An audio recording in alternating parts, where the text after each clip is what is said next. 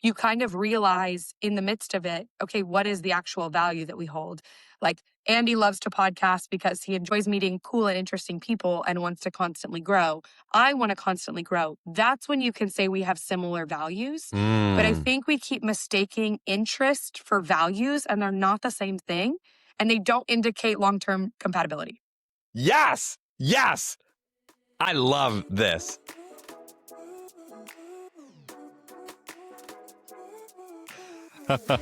Everyone, welcome to Fulfillment Project. Today, I'm going to start by hitting you with some numbers. 69%. That's how much Catholic marriages in America have collapsed over the last 50 years, even as the Catholic population grew by nearly 20 million people. The U.S. fertility rate just hit a record low of 53 births per 1,000 women, the lowest in American history. Here's another one. 78% of people on dating apps say the apps leave them emotionally exhausted. 79% of Gen Z and millennials report dating app burnout. And here's the one that stops me cold. 80% of Gen Z said they felt lonely in the past year, compared to 45% of boomers. 1 in 4 American men under 35 is lonely every single day. The U.S. Surgeon General called loneliness a national epidemic. He said the health impact is the equivalent of smoking 15 cigarettes a day. Match Group's own 2026 report admits that Gen Z is stuck in what they call a readiness paradox. They want commitment, they're paralyzed by performance pressure, and they can't move.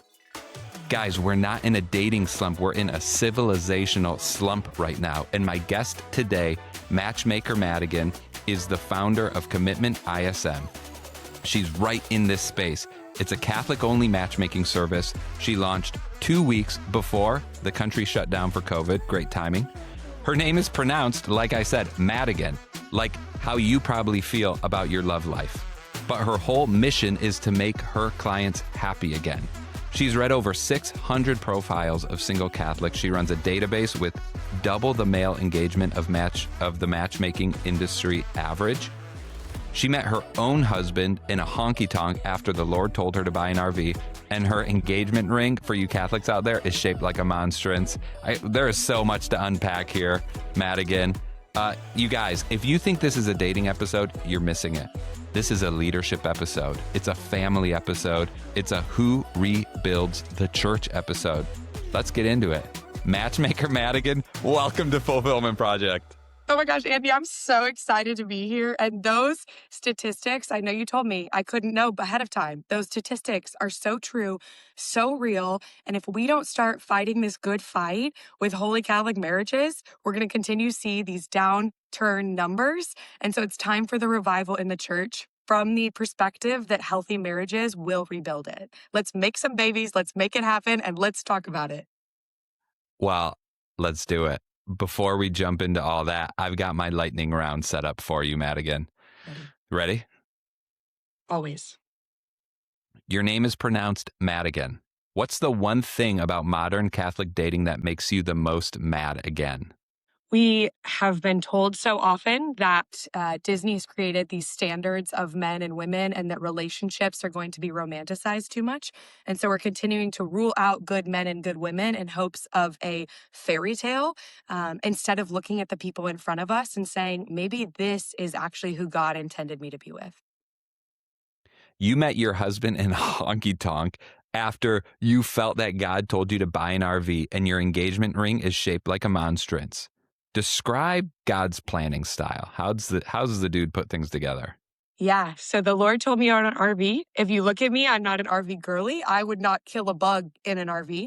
I was fully convinced that weekend. I went out to a friend's 10 years in Texas, was at a honky tonk, danced with a guy. He told me he owned an RV repair service, got his business card. A year, almost to the day later, Andy, I'm on a date with another man. I walk up. This gentleman comes to me and he says, "Did you work at Disneyland?" And I'm thinking, this is about to be the cheesiest pickup line that I've ever had to reject in my life. I say, "No, you look like a guy from Guitars and Cadillacs who owns an RV repair service and gave me your business card." He said, "I'm Javier, that's me. And we continued to sit up at the bar at the end of the night. So, guy I was on a date with, Madigan in the middle, Javi just orders a TX whiskey, and I am in the middle of an actual love triangle going, I don't know what to do. Come to find out that in the last year since Javi and I had met, he had lost 50 pounds and come back to the church. So when I tell you that the Lord literally said, this man is not ready for you, and made him an unrecognizable man a year later, and now we live out this marriage, right? That is this constant die to self. I just cannot speak to enough of how much there's no way that I could have known the Lord's plan, but I could have rejected it early on if I just had not been open to what he had called me to. Die to self. I'm putting a bookmark in that. I think we want to go there a little later. Yep. Love is Blind or Married at First Sight. Which one taught you more about real human connection and why? Absolutely, Love is Blind. I think that there is something, I know this sounds cheesy, but I think that there's something about this idea of being known. That's what my business is built around. Married at First Sight is obviously cheesy. They get matchmakers involved, so I have to love it. But Love is Blind, you sit and you go, if I was just listening to Andy, what would I learn about him? What would we share? And there's this idea that you will create a natural attraction even if you've never seen the person. And so it allows you to continue to be more open, which is what we constantly need in dating. You launched Commitment ISM 2 weeks before COVID shut the country down. Best thing or worst thing that ever happened to your business? So funny enough, I started it as Catholic Crush, and Catholic Crush did launch before then. I ended up doing one of my in-person dinner parties, and I realized that it wasn't scalable.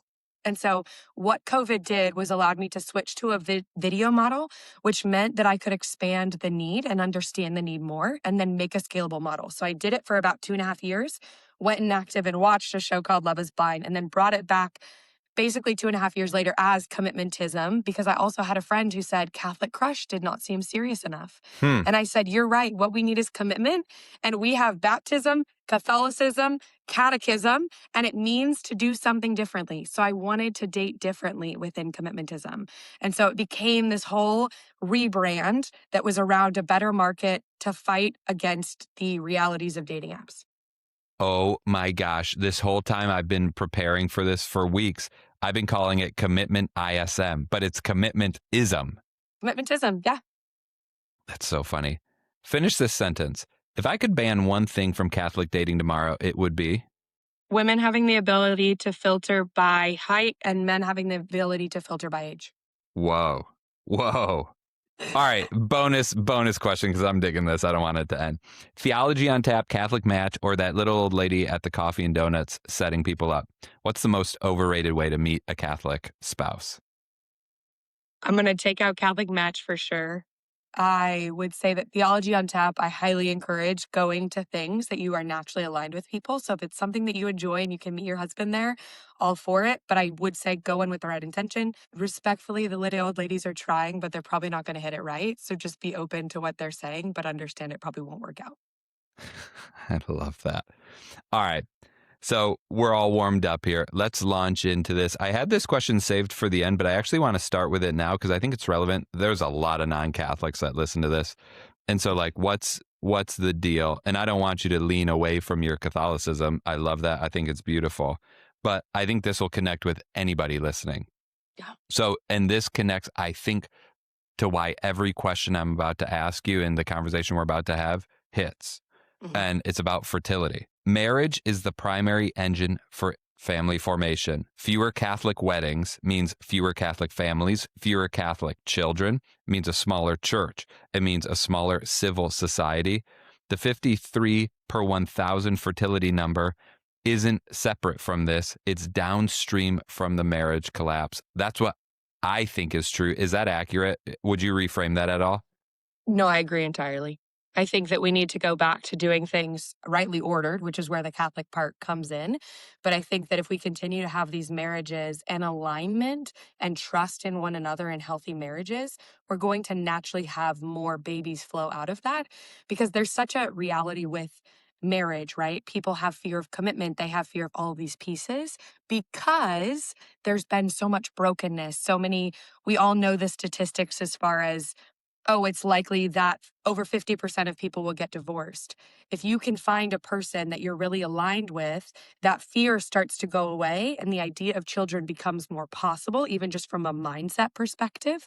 And so, if we can get back to how do we have these healthy relationships first, build the foundation, and then go back to having babies on top of it, there's that sense of safety that will continue to just grow and grow and grow immensely. Hey, everyone. Quick 10-second ask from you. If you're digging the show and you're watching on YouTube, please give it a thumbs up and comment your favorite part. If you're listening on Spotify, please give this show a 5-star rating. On iTunes, please leave a quick review. If you're listening on Substack, please subscribe and join the comments. You may want to subscribe in a few different places. For example, YouTube, you get all of our short content, 60-second to 90-second clips, our segments where we segment out 1 to 6 minute different segments of each episode. And then if you subscribe on the Substack, I summarize the episode in a newsletter. You can read it in a couple minutes. And then a couple days after the episode, I put out a self-reflection guide to help you personalize the content to your life. Thank you so much for supporting the show.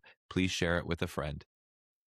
I was married before the Catholic dating app thing emerged, so it's a little out of my realm. But preparing for your episode, you're very focused on marriage. Do you think a lot of apps are focused on marriage or just hooking up? Depends on the app. What I say is that Hinge is better socially, but less Catholicism wise, whereas something like Catholic Match or Sacred Spark is more Catholicism focused, but maybe not as socially normal as sometimes we may want. And so you kind of have to decide where you're going to put your eggs in the different baskets. I would say that dating apps, their intention is to keep you hooked. So there are lawsuits that came out that for men, they were similar to gambling. Because let's think about it, Andy. When you met your wife and you didn't have a dating app, you in your head had a max of what, 50 to 100 options to marry. I mean, just from what you'd been raised in, who you knew, all of the things, you had about 100 options. I can't believe I had one option based on who Correct. I am. Yeah, Correct. shocking. And so we have these people who maybe are in similar boats who think, well, why stop at Madigan? I could get Christina or I could get Angela. Madigan's great, but at the first sign of issue, I can just hop back on these apps and find Oh, something great point. better. And so we constantly on these apps, they are meant to get off of them, but they're also creating this idea that there's always something better. So there's not a when to stop, which is the other problem that exists. A couple questions here. How do you counsel people when to stop? When is enough enough? I think the reality is, one, because of dating apps, we're having to expand our preferences almost so wide, we're willing to accept a lot of things. And I've been on the dating apps before, so please don't I'm not trying to act like I'm immune by any means. But in the midst of being on these dating apps, you go, well, he's cute. He's not Catholic, but he's cute. You start to justify a lot of these behaviors in your head. For me specifically, with my clients, I really only give them one at a time with the idea that let's discern who's directly in front of you. Let's say I give you Andy. What's your wife's name? This is probably an easier context. Shannon. Shannon. Let's say I give you Shannon. I say, just date Shannon for a second. Go on 2 to 4 dates, decide how Shannon is. And if you don't like Shannon, then I would happily get back to work for you. But basically, we're going right now, well, I need Shannon and Angela and Christina and all of these people because if I don't see all of my options, I'm going to pick the wrong one, right? It becomes this analysis paralysis that we're constantly seeing when you have 1,000 options. And so one of the things that I really encourage, and I very much, the Lord put my profile together, but it's about 60 questions. When you've filled out about 60 questions of what you're looking for, I actually see it quite often that after someone fills it out, they'll tell me that they met someone. It's like the idea of when you just bought a Toyota RAV4, you all of a sudden see Toyota RAV4s in Yep. your life. Everywhere. So once we start getting clear about what we're looking for, it stops us in our tracks to start to see it more clearly. And then we have the ability to kind of, I would say, relax our nervous system and get into this place of now I can just look at Andy as Andy and see that he does have these qualities and stop being concerned about every other option. That's a great framework listeners can copy and paste into every part of their life. before you go looking for something, identify what you actually want, especially in the agentic AI age where the world is the limit. It doesn't exist. It can be created for you. Well, think about what you actually want. So when you set out, you don't get stuck in analysis paralysis and end up overbuying, underbuying, misbuying, whatever. Or with the whole dating thing too. Identify what you actually want. That's so brilliant. And that anecdote is not something I was expecting. Were you expecting it that people, you give them this questionnaire and like before you can engage them in service, they're like, don't need you anymore? Yeah. Sometimes it's been a growing pain, right? Sometimes you go, well, that hurts because I wanted to work with them, right? So you can get excited about a person. There was this one girl that I met with, and she had filled out her profile. And again, sometimes they give me more broad profiles because they don't trust me yet, and we'll hop on a call. And so I hopped on a call with this girl, and she said, I want to work with you. And then was getting ready to send her the invoice. Then she didn't respond. And I said, hey, like you said you wanted to work with me. I'm really not here. She's like, I met this perfect man on on Sacred Spark. And I went, we talked about how to narrow down all of your search. And so there's part of it that you have to take a big sense of humility, right? It's like, I'm just a tool in the Lord's plan. And so if I needed to talk to so and so that she could find the love of her life, then praise God. The business side of me goes, gosh darn it, like I would Yeah. have loved to have found your husband, right? But I think I have to remember that the work that I do isn't as linear as some people may think. There are pieces that I can influence, like I said, in filling out the profile or in meeting with them and getting clear about what they're looking for. That then reminds me that the work that I do has value, no matter if they're my client or not. Whoa, that's very selfless. You're talking a lot in language that the audience might not be familiar with. Let's level set here, Madigan. The Lord put your list together, 60 questions. You trust in the Lord. You need to surrender. What what the hell does that mean? Yeah. So the original iteration back from Catholic Crush, I ended up talking with friends about, okay, what were the things that were needed in a marriage? And we were all fresh out of college. So we thought we had our lives figured out by that point. And so when I originally did it, it was, how many kids do you want to have? Pick A, B, C, or D. And are you open to um, are you open to cats and dogs? Do you want to adopt? Like a lot of these things that were almost more superficial. And in the time as I went through and learned, at one point, like one of the questions the Lord gave me was trying to figure Lord out how gave me. I got to interrupt you. What does that mean? Lord gave me. in prayer, that's a great point. In prayer, as I was talking about it, I think for me, the Lord himself is, I remember that he is a Lord of oh my gosh, of realism, right? He works in logic and reality. That's what I meant, in reality. And so the Lord, right? My subconscious that's constantly geared towards his will, kept bringing me these different questions. And it was so fascinating because over time, I would think, when I originally started, it was, how many kids are you willing to have and all of these things? And then as he worked on what do I want for my sons and daughters? It was who's willing to adopt? Who are the people who already have kids? Because when I was young, I didn't even think about the fact that we could be serving an older demographic. So then, what are the questions that we need to make sure are asked to honor both a mature demographic and a younger demographic?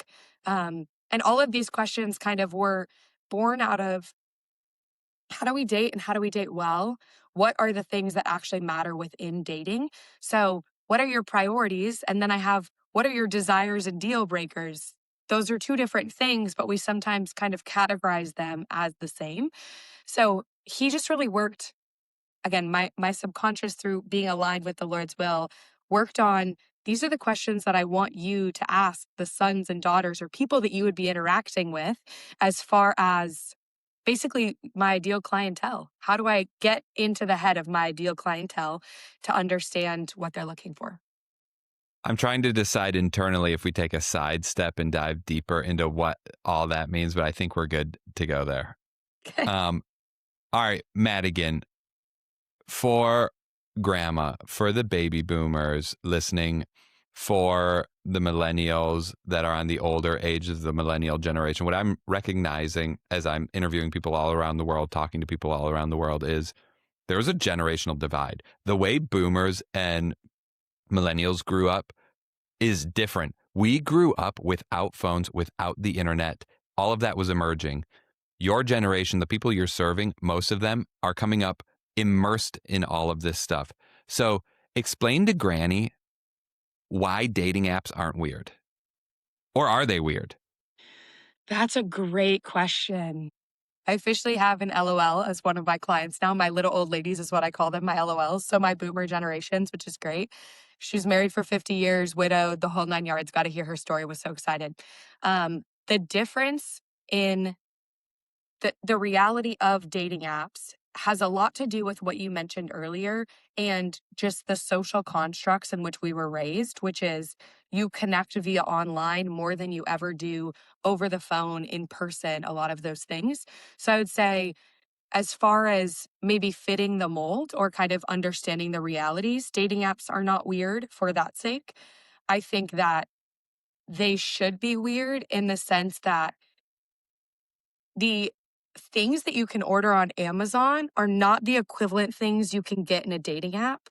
And because we have an Amazon culture that exists where I have every single option available to me, you then translate that over to a dating app because you're just using the same technology mentality. And that's where the issue with dating apps comes in. Gold. I'm so happy I have a specialist on. You're helping unpack this for me too. 5 years ago, it was maybe 10 years ago, I raised my eyebrows when I heard dating apps. But now it is the way the majority of people in the world meet. And of course it has to transfer to in-person relationships, but it's it's the norm. But the issue is that it's not translating to in-person relationships. That's the disconnect with dating apps.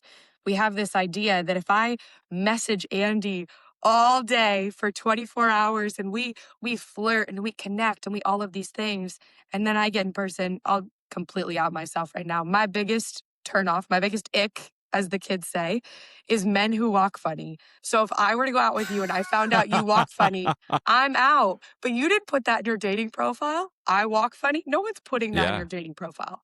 And so I think it's these things that we think translate actually do not, where we're going, I'm not going to be able to talk to Andy at a coffee shop until we've messaged for 5 days.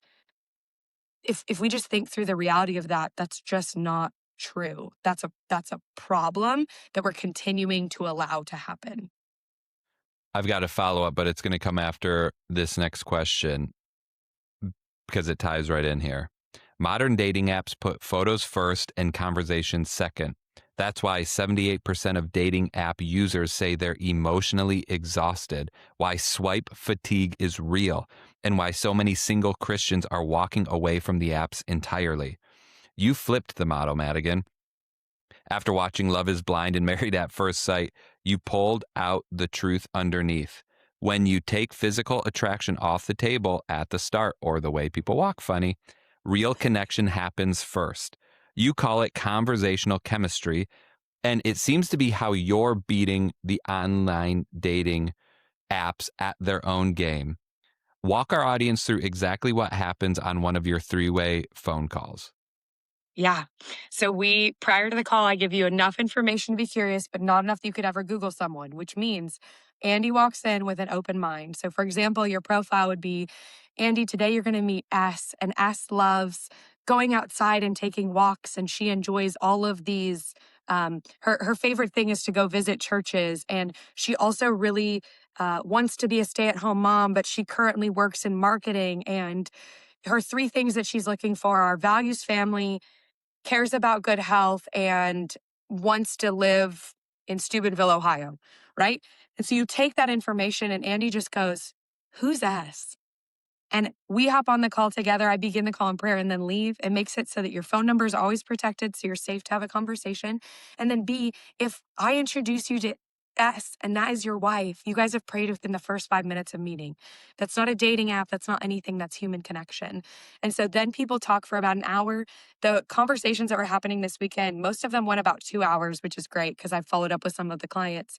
And so you hop on and you go, S, tell me about why it's so important to you, or who's in your family. Tell me about those things. Tell me about what physical fitness means to you because you said you valued your health. So you're starting to have these beautiful conversations. And you, as a male, right? We always say men are more physically driven. We know that that's true. That's not false. You're automatically going, I bet Sarah is really beautiful because I'm starting to see her insides, which is just like, is probably what, 75% of what makes up S. Like, that's just a piece of her. The beauty that's going to come from her, I always tell people you need to be attractive, right? You need to want to make babies. And if you can't make babies, you need to die trying. Those are my rules. But, and I mean it, I truly mean it. But the reality is, S is automatically becoming more beautiful to you because you have gotten to take the time to understand who she is, what made her, how she speaks, how she thinks. And I promise you, Andy, I know that I probably look the same as when I went to Franciscan University and I just saw my driver's license to prove it. But in 50 years, I'm going to have 50 wrinkles and I'm going to want to be able to talk to the person next to me while I'm on that front porch swing. And so if Mm. we go back to, let's talk first. Let's build attraction on a very intellectual, heart, like the soul and the mind level. Then when we see the body, we go from, oh, she's just a photo and maybe she looked funny to, wait, I just saw her personality. Like, so we require that our people actually have to send us photos within the last 30 days and they can't be staged. So you also get to look at like a selfie of S and go, wait, she's so cute. This all makes sense. This is what she looked like Yeah. when she talked to me yesterday. So I've watched Love is Blind. I mean, when you get on that show, you get hooked. It's like crack. You can't And not. You can't not. and it's palpable when the people meet and their emotional connection dies immediately. Does that happen with your biz? It must happen still. Like you have a Yeah. great phone call, many great phone call, then you meet and they walk funny. And it's like, I can't marry that person. Yeah. And that's part of the reason I think Love is Blind was both a positive and a negative in my business. So some people are just so afraid that they're going to end up with someone who's ugly, which we all don't want to end up with someone who's ugly, obviously. But I always remind That's a people hot this. take. Is Correct. that fair to say? Is that fair to 100%. say? 100%. I think we need to remember that the Lord gives us our desires for a reason. We gives us our attraction for a reason. And so I never say to take away that part. That would be to ignore a part of God's plan for us and who we are and how we are created. So that's never true. But I think that How do you help ugly people? that's a discussion in and of itself. That's coming down my pipeline. Let me put it that way. We are working for. I've got different relationships with Catholic relationship coach partners. My husband is launching More of a Man, which is essentially how to make men less weird because every woman says they want more of a man every single time they meet them. And so we're working through some of those ugly pieces right now. Well, when it's launched, I got a couple ugly friends to throw your way. Nick Graff, I'm looking at you. So awesome. I love it. It's true. Men need to come alive. Men need men. Men need help being men. Women Amen. want to be attracted to men. And I think men want to be men. And for whatever reason, maybe the phone, maybe the video game culture, they're not allowed to flourish into the person that they're dying to be and they don't even know it. True or Yep. false? 100% true.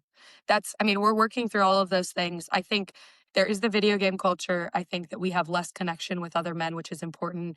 I think we had the whole culture of, I think my generation, I remember like my father was always working and it was just that generation that prioritized the idea that the man works to be able to provide and the lifestyles have changed. And so they have to work more. So they can't spend as much time with their sons.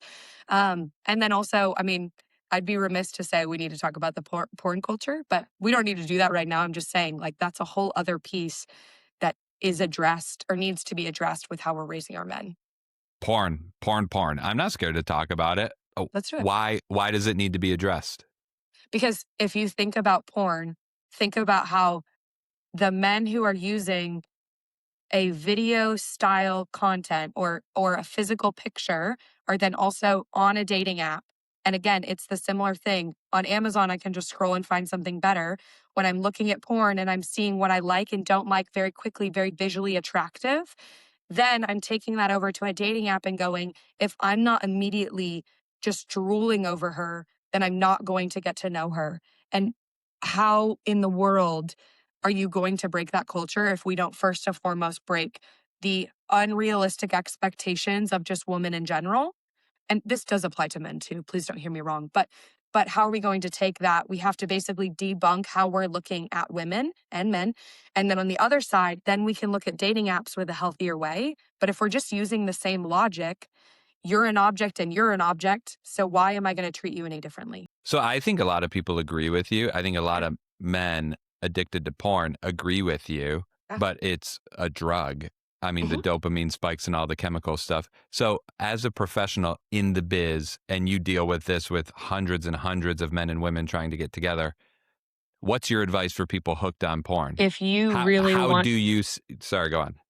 I was just going to say, if you really want a godly marriage, you need to understand that you're going to have to date differently. Like you probably need to accept the fact that dating apps are not going to be a healthy place for you to break this addiction and then also try and just hop on another app and not objectify a woman. Like that we're called to reduce the near temptation to sin, right? Obviously, if you believe that in the church, you have people who are not in the church, which we understand. But if you're trying to reduce this objectification and then you're constantly on these dating apps, you're going to continue to objectify. And so I would actually encourage something like being set up on blind dates or finding ways to meet people through mutual friends or matchmaking, these ways that you actually have to stop with the photos first mentality so that you don't kind of get drawn back into this dopamine hit. I've been on the dating apps. Do not hear me wrong. It is a dopamine hit. It's a hit to your pride, it's a hit to your ego in a positive way and a negative way, just depending upon how many likes you get. It's crazy. Yeah. Is your generation going more analog?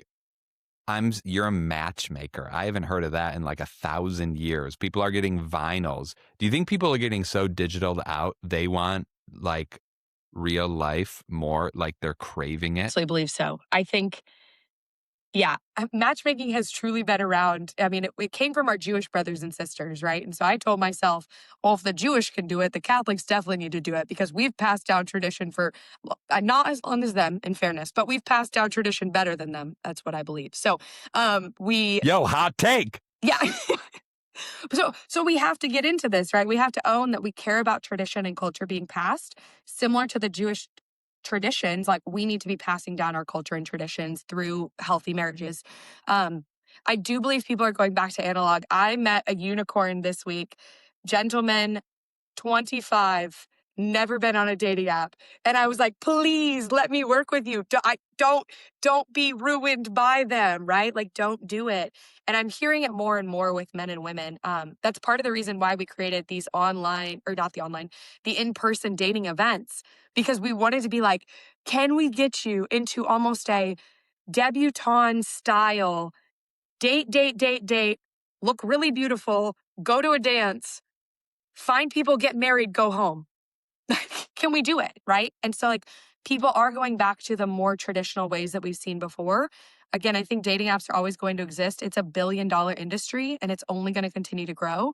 But it's what was it? The training that I did with the Matchmaking Institute a couple years ago, dating itself is an $8 billion industry, I believe, 8.3 a couple years ago, 4 or 5 years ago, $8.3 billion industry.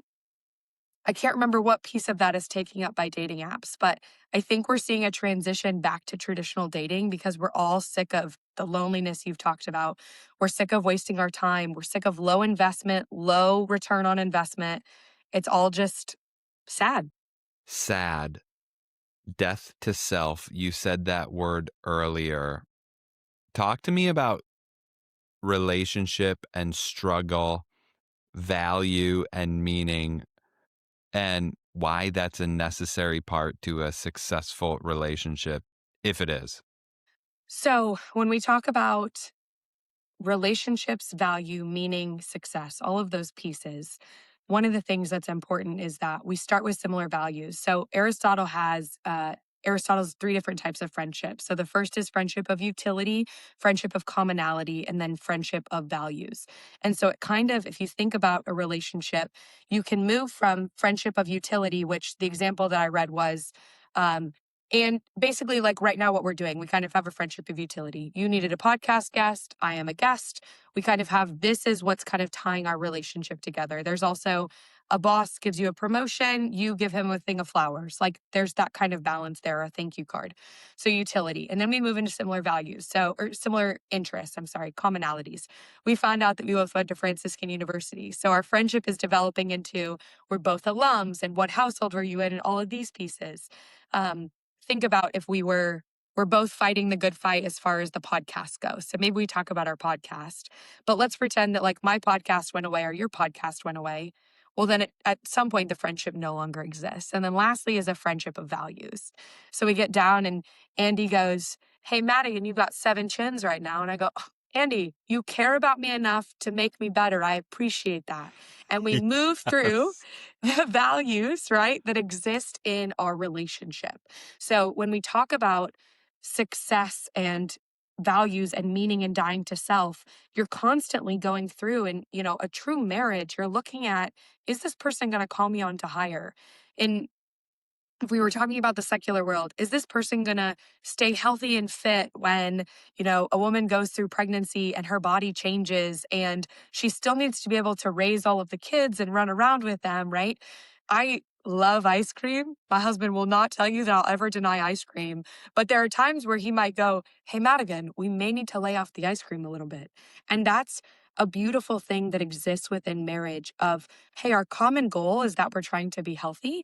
Let's see if our values align and go from there. But the dying to self, right, is that intentional conversation. It's that being honest with someone, even when it's hard to do, about how they need to change, how they can be better, all of those pieces. I am a constant optimist in our relationship, and I married a man who is a realist at best and a pessimist at probably normal. And so there are times where I have to sit and go, we don't have to just choose anger today. We can actually just choose to have a positive day.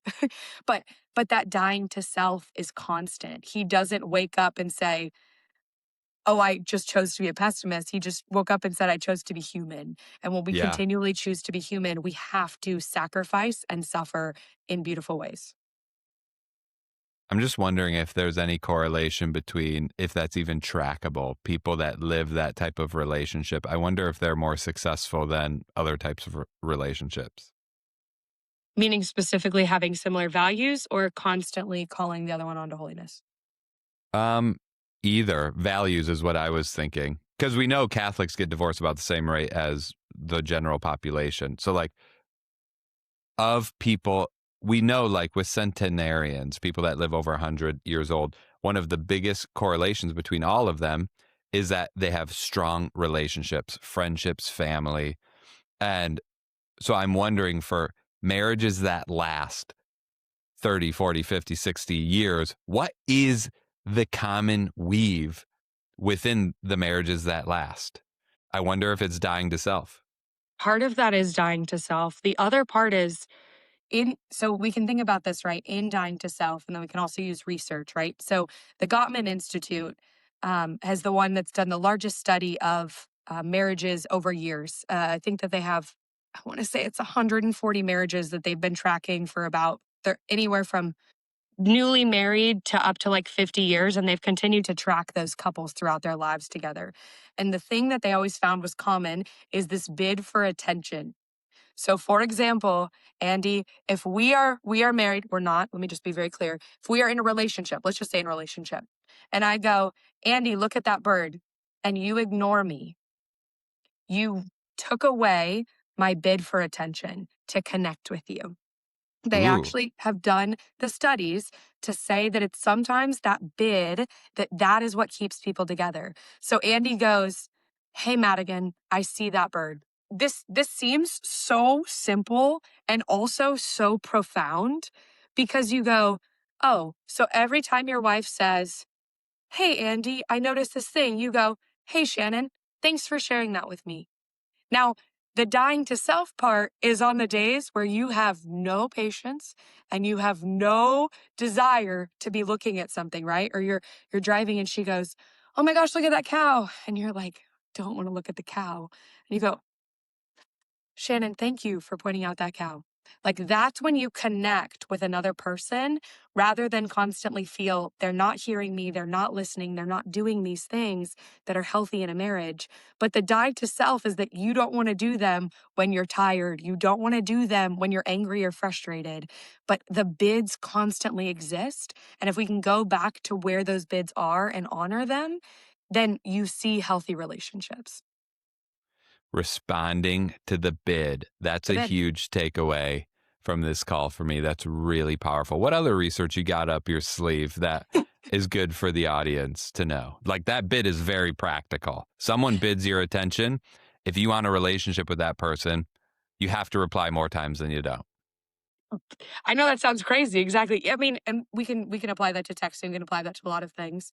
Common interests aren't actually a good indicator of whether or not you're going to be married. So I went to the matchmaking conference last year. There you go. Matchmaking conference last year. So values, they're about, I have lost this paper in my move. And so I can't wait to go back to the matchmakers conference next week and find all of this. But um, there are basically like 8 to 10 or 5 to 8 things that are actually a healthy indicator of marriage. And so they're financial, family, socioeconomical values. Politics is actually not one of them, believe it or not. But a lot of people say that interest is one of them. So I have people all the time who say, "Oh, I want a similar interest." I'm like, "Great. Andy and I both love to podcast. That does not mean we're meant to be married." Like, and so you kind of realize in the midst of it, okay, what is the actual value that we hold? Like, Andy loves to podcast because he enjoys meeting cool and interesting people and wants to constantly grow. I want to constantly grow. That's when you can say we have similar values. But I Mm. think we keep mistaking interest for values, and they're not the same thing, and they don't indicate long-term compatibility. Yes. Yes. I love this. That that synthesizes a feeling I've had, because people, when they're dating, they like to run. They want a runner to date. And it's like, sweet. But that, to me, has anecdotally never seemed to drive long-term relationships. Correct. So it's values that drive long-term relationships, not interests. That makes total sense. Shocking that politics isn't on there. I would have thought for sure that would have been. So the politics, what you can take from politics is the values. So I have some people who say, I Mm. care very strongly about, I am one way or the other. And I say, okay, great. Explain to me why you're one way or the other. So, for example, if you don't agree with something on Catholic Church teaching, or let's say, I have a gentleman who his biggest thing is that he really cares about refugees. And that's why he kind of feels that he's one way versus another. And I said, okay, talk to me about that. He said, I just think we should really care about life at all stages. And that to me includes kind of the untaken care of, all of those things. Well, here's the deal. If he told me I'm purple and I go, well, I don't like purple, I'm going to immediately write him off. But if I said, hey, could you just explain to me like why you came to that conclusion? Well, I really care about the unforgotten. Oh, I actually care about the unforgotten and have felt that way growing up. Now we have similar values and we can build a healthy relationship.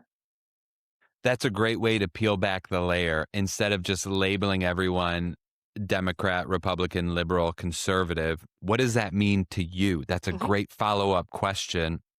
Whether they agree with you or not, whether you think your label aligns with theirs, what does that mean to you? And you dig to find commonality. And women don't really care most of the time, men. So just like take your opinions and save them for later in life. Because my husband early on, I realized how extreme one way he was. And I told him on probably one of our first 5 dates, I said, be real with you. I don't care that much. So if this is something that's really important to you that we're going to be able to talk about, okay, I'm not going to want to talk about it with you. Pick a friend. And so he went, my wife and I are aligned on how we feel. I care about this and she does not. Where's the bid? Madigan goes, I hear you. I appreciate your perspective. I don't want to continue this conversation, not because I don't love you or agree, but this just isn't a conversation that I enjoy. And so now he goes and he talks about politics with all of his friends, which is kind of more rightly ordered anyway. And I just get to go be a sweet little housewife who goes, tell me what I need to know in the news. Great. Thanks. Let's keep moving. Is it vice versa too? Do you have some topics your husband doesn't necessarily care to dive deep with you on where you've got your girlfriends you chat with about? In my opinion, men have less of a choice in saying no to those things because our bids are sometimes more prevalent as women. And so, not prevalent, more common, I would say. So, I would say that most of the time, if you think about how many times Shannon has a bid for you in a given day versus how many times you have a bid for her, right? Women are spaghetti, men are waffles. You're like, I'm just thinking about what's directly in front of me. And Shannon's like, I need to make sure that you love me for like the 100th time today. Please tell me. I would say that there are definitely topics that men don't particularly care about. Men, here's a fun fact. Men actually, if they want you to be a stay at home mom, if they are more traditionally minded, they do not give a dang about your career because to them, it's something that would take away from their ability to be a good family person, which is what they find to be really attractive about you. So you can tell them, hey, I had a good day or a bad day at work. But if you're like, I'm a boss babe, most of the time men don't care. So that's one of the things that men love politics and intellectual conversations. Women need to stay in their feminine energy. And most of the time, because of previous dating, we're in our masculine energy and men are not attracted to that. So I would say keep your husband or your person you're dating attracted by staying in your feminine. Talk about things that are cute and feminine, which is most of the time, respectfully, not your job. Okay, I think that is a takeaway. I'm letting that sink into my brain. I'm processing.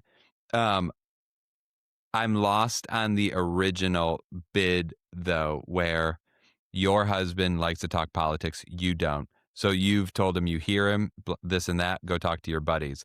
Why Mhm. is it different for you? When you go to him, why does he have to listen to you when you don't have to listen to him? Ooh, I I think what I believe there was could be a legit reason. I didn't pick up what that was. no, I think what I was saying is I did not clarify it well, so I'm glad you did ask for this. I think that women's bids have a lot more to do with emotional connection than they do the topic themselves. So I think what I was saying with that is remembering that, like, my husband's bid is to talk about this thing that isn't creating an emotional connection for me. For women, we have more emotional bids that are, do you love me? There are ways for women to connect to men, but the same is not true in reverse always. I think that's what I'm trying to say. So to put it back at you, correct me if I'm wrong here. A women's bid isn't necessarily topic related. Whatever they're talking about isn't what they're talking about. It's they want to feel heard, seen, and loved. So the response to the bid for a woman is different than a man's bid, which is, I want an intellectual answer on the topic at hand.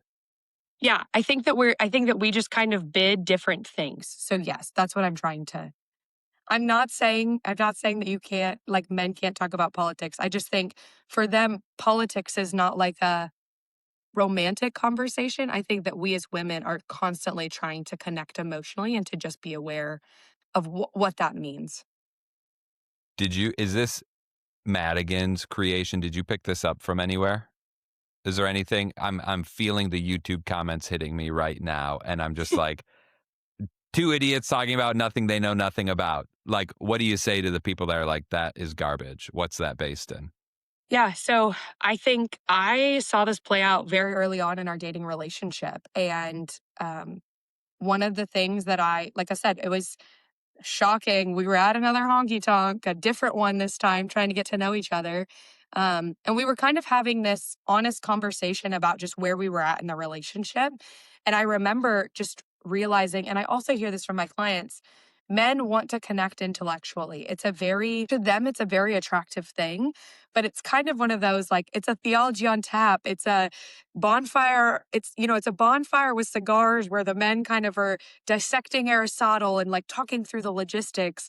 Whereas the women, we kind of are like, can you just tell me I'm cute? Like, did you think about me today? The connections kind of miss each other when we talk about that. So early on in our relationship, as we were debating, hey, are we going to move forward? Hey, are we going to kind of all of these things? He very respectfully called me out for being in my masculine energy. He was like, you're joking with me. I can't tell if you're trying to be my bro or my girlfriend. And so I had to Whoa. realize, yeah, I had to realize how I was living in my masculine energy, which, like I've said, sometimes the masculine energy is a lot of the work related stuff. And I was like, you're creeping me out with these extreme viewpoints on politics because if you want me cute and in the kitchen, like I don't need to care. So kind of pick your lanes, but this was really practical in my relationship early on. If your husband, if a man wants to talk to a woman just because they want to waste time with you, what Mhm. are good topics for men to talk about with women? Ooh, I like that. That Hmm? wasn't on your list. You're getting off your list right now. Yeah, now I'm just Um, wondering for me. yeah, I think women see now you're getting into like, yeah, what are the things that I hear like women love to talk about? Um, we love those connection pieces, right? So tell me, so for a woman, like if you come back and you're like, "Oh my gosh, tell me about your friends." It's like the tea. Like Andy is probably going like, "Oh my gosh, I have to hear about this," right? But like us being women being more relational creatures, kind of that piece that we talked about, us being more relational, it's like, what did you learn? How did you connect? What did that look like? Like we are constantly looking for emotional connection. And so understanding like a man asking us, you know, how did that make you feel? What are your emotions? Like going a lot more into the feelings pieces. What are good things for men to talk about? Or even frameworks, because I'm sure every woman's a little different with topics they prefer to talk about. So, how can a man go about identifying what's a good topic to talk about with a woman? I think early on, you can ask about. I had one client, I really respected this one client. He was thinking he was going to struggle with dating. And I was very clear early on, like, these are their values. And one of them was, uh, conservative, like that she had said that that was one of her values. And he very quickly was like, "What's a hill you're willing to die on of a question or like a political stance that maybe is not what you thought it would be, right? Or it's not in line with maybe all of your other ones." And so I think like that level of creativity is always attractive. Women love to hear about men's passions or them using their hands. Like at the end of the day, a passion is not video games. I'm going to say that with my chest. Men, we do not care about your video games. We care about your connections with other people. So we're caring about your connections with friends. So I'd be like, connections that you can tell your wife, hey, I talked to my friend today. Attractive immediately. He can hold a conversation. We love that about him. I went and I worked with my hands. I decided that I was going to do a woodworking project, or I painted the bathroom, or I fixed a light bulb. Like, good golly, that woman will be like melting into your arms. It's the whole like men clean funny thing. Relationships, using their hands, and then passions. And so you telling them about the fact that you love doing your podcast or you like what you did at work, something that you're actually passionate about, those are the things that women will always relate to. So if it lights you up for sure, but if you think you want to argue the logic side, like just save it for the bros. Like that's, I think, what I would say. Be relational, not logical. We don't exist like that. So, yeah, what do you think about my tip for the boys, which is just ask questions? Don't tell, if you want to talk to a woman, just ask her questions and let her talk. The studies show last year from the Matchmakers Institute, we learned this information that if you were to go on speed dating and you ask one more question than the person next to you, you are more likely to get more dates. So asking questions is very, very important. The other thing to remember is why can sometimes be accusatory early on in a relationship. So let's say that I'm going politics. We could talk about politics. Andy, you believe you really love the purple party. Great, why? Right? If you say that with the wrong tone, Andy is all of a sudden on the defensive and he's going, well, I want to make sure that I answer the question correctly. How did you come to that conclusion?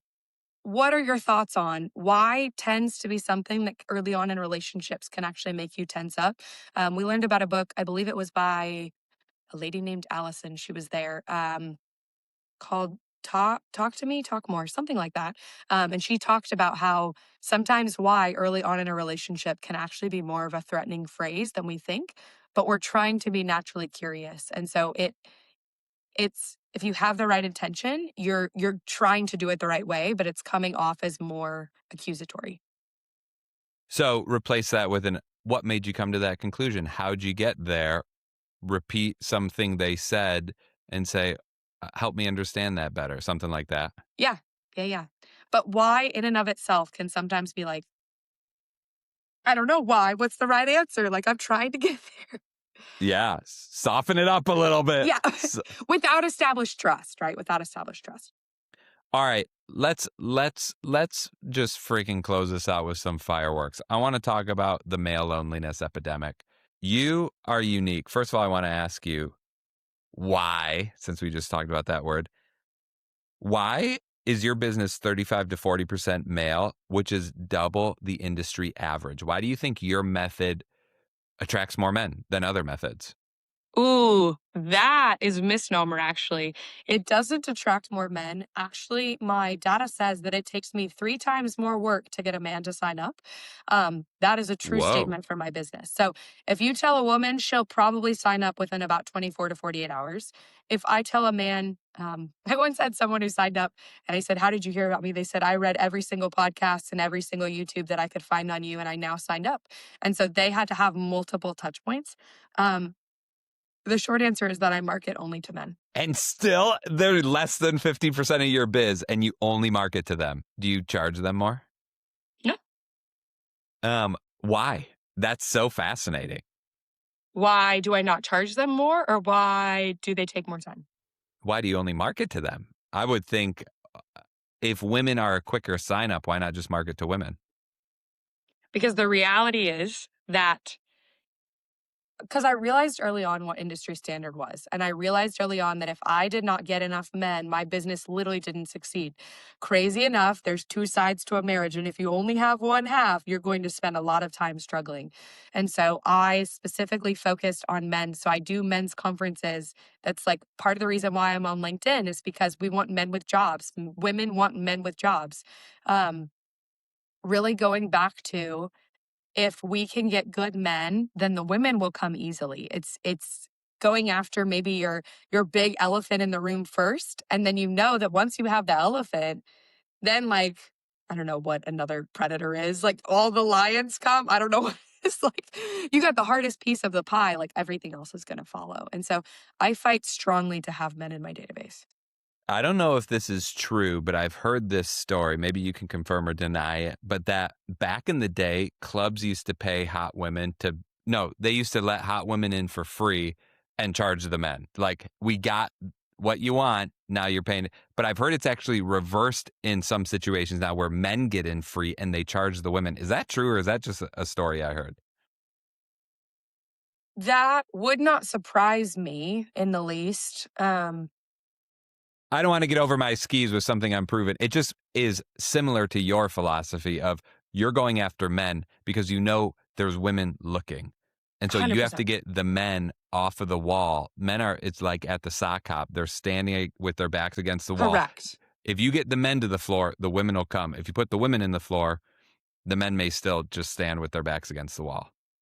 It can be an intimidation factor, but also the realities with men are that good men get snatched up fast. That's just a reality, unfortunately. And so we've got these good men who are married, they're snatched up, and then you're going, who's still left in the pool? And because men take longer to mature, which we also know, they kind of come out of, I always say they like kind of come out of their shells at like 30, anywhere between like 30 and 45. And they're like, okay, I've made it as a man. I want a 21-year-old. And you're like, okay. Like, so it's almost this, I feel like sometimes men don't live in the reality of their consequences also have actions that if they continue to take a while to mature and grow, you don't just all of a sudden start back at zero like everyone else did. That's a hot take. That's a very hot take. Yeah, that was harsh. That was harsh. So if a man takes longer to mature, he's got to be okay with an older woman. Is that what you're saying? I think that he should be realistic with his expectations and what he brings to the table is I guess what I would say. So what do you say to the 21-year-old girl that's looking for security in a strong man and all her peers are idiots playing video games in their basement and there's a mature 45-year-old man with wealth and a life built up and the receipts to show and she feels attracted? Is that a good match? No, so studies show that it's about 10 years. So about 10 years, a little over that, you're going to really get into it not being like typically not going to work out. Now, there obviously are always exceptions to the rules. Most of the people right now, if you're anywhere between 20 to 25, actually dating someone over 30 is kind of still taboo. Like, even if they want a mature person, they're usually not willing to go too far into their 30s. My other rule, and this is my personal opinion, my rule is that you have to be your father cannot be closer to your father also has to be able to be his dad. That's my personal rule. So I go about 14 years. That's my max. My husband is younger than me, ironically, but my max was 14 years because my dad was 33 years old, which meant that my dad could have technically had someone who would be my dad would have been 20 when he would have had a 14-year-old, someone who's 14 years older than me. My rule is that your dad still has to be older than your partner. Substantially. That took a turn I was not expecting, and that's the best part of this. Madigan, what's the biggest lie good Catholic men have been told about modern dating, masculinity, marriage, and what Catholic women actually want in a husband? Ooh, this goes back to what I was saying about this idea that you have to be perfect before you can find your person. Like I Mm, said, we're having people wake up with the perfect career, the perfect home, all of these things that ideally a woman would have loved to have shared with you. I mean, every statistic tells you that a man who marries early makes more money, has more kids, all of these things. And somewhere in modern society, we've decided that men are going to do all of these things first without a woman and then bring a woman into the picture. And when they continually are at the point where they're almost too set in their ways, they just have a less of a sense of openness.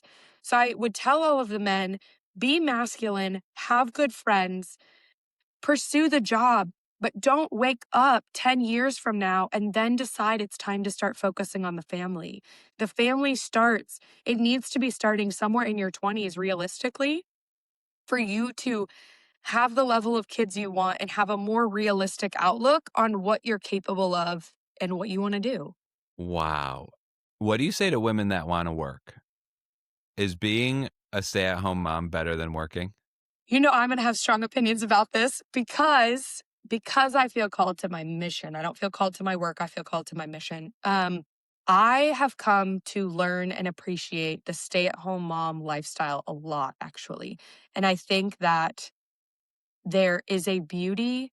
What my husband has helped me to realize is that there is a beauty in a woman who lives in her feminine. Like that is when I am the most attractive.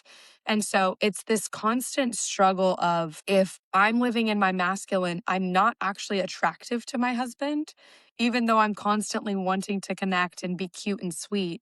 If I can't connect with my husband because I'm constantly stressed and focused on work, then you're kind of missing the point of why we're here on this earth, which is to raise saints, it's to get to heaven, it's to all of those pieces. So I would say I have come to in the past couple of years as I've done this work and my husband has done a lot of enlightening, understand and recognize the beauty of a stay at home mom in ways that I hadn't before. But I also think there's nothing wrong with a woman pursuing a career as long as she's still dating along the way until she meets her person. And I'm extrapolating a little bit. So hit me down if I misspeak here. But if you're working, still let your feminine genius emerge. 100%. And that's going to be really intentional. I think about if you're an exec or a CEO. I'm obviously the CEO of my own company, right? So when my husband comes home, I almost have to like sometimes debrief with him kind of over a meal. And then after a certain point, we don't talk about business because I'm meant to be, hey, babe, I cooked dinner. Hey, like I did all of these things to love you and to serve you as my man, as my provider, as the person who is going to protect and take care of me. So I have to switch into that kind of intentionally. I work with a lot of women who got hurt early on or decided my career was more important. They woke up at 30. They said, now I want to have kids. Some of them woke up at 38, 39 and said, now I want to have kids. Men are looking for, again, someone who's older. And so I'm like, you now need to be way less focused on your career and so in your feminine that you're able to attract a person. But it's training. You've been in your masculine every single day or every single week for 40 hours a week for the last 15 years. To switch into how do I love and serve a husband is just hard. Like, it's a hard thing to learn and practice. Well, and what about for a woman that makes more? What if the husband isn't the provider? What if the woman's the provider? Come on, Madigan. All of the things.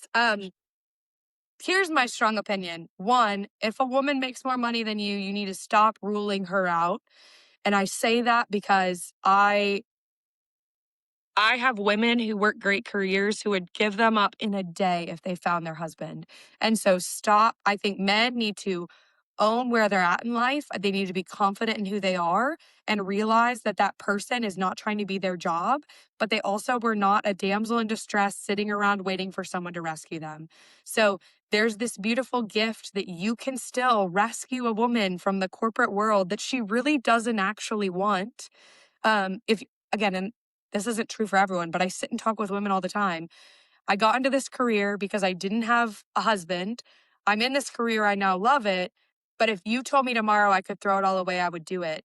But I meet Andy and Andy goes, oh, Madigan makes more money than me. I'm insecure. False.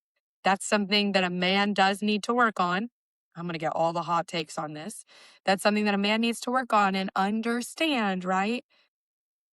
What is your deepest desire? Is it for a wife and kids or a husband and kids? If the answer is yes, then like you're going to learn quickly that like their work life will change to a point where then hopefully they can honor you or respect you in the ways that they should. But a lack of confidence from a man, a lot of the times men rule themselves out of great women when there's a mismatch of money. Okay, there's a lot of meat on that bone to process, boys. Just let that soak in.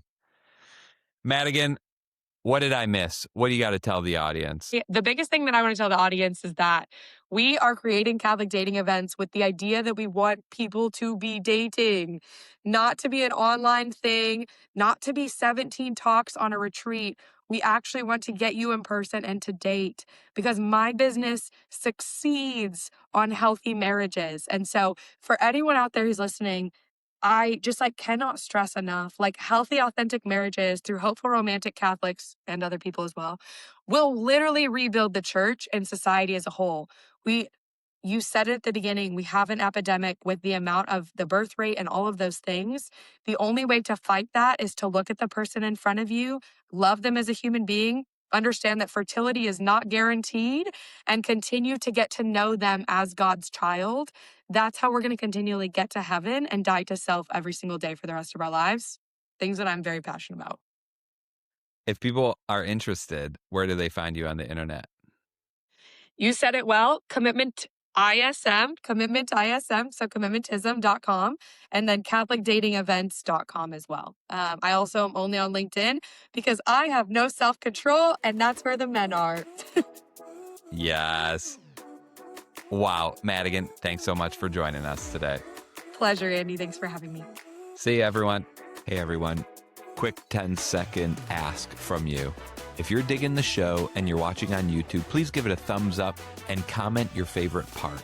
If you're listening on Spotify, please give this show a 5-star rating. On iTunes, please leave a quick review. If you're listening on Substack, please subscribe and join the comments.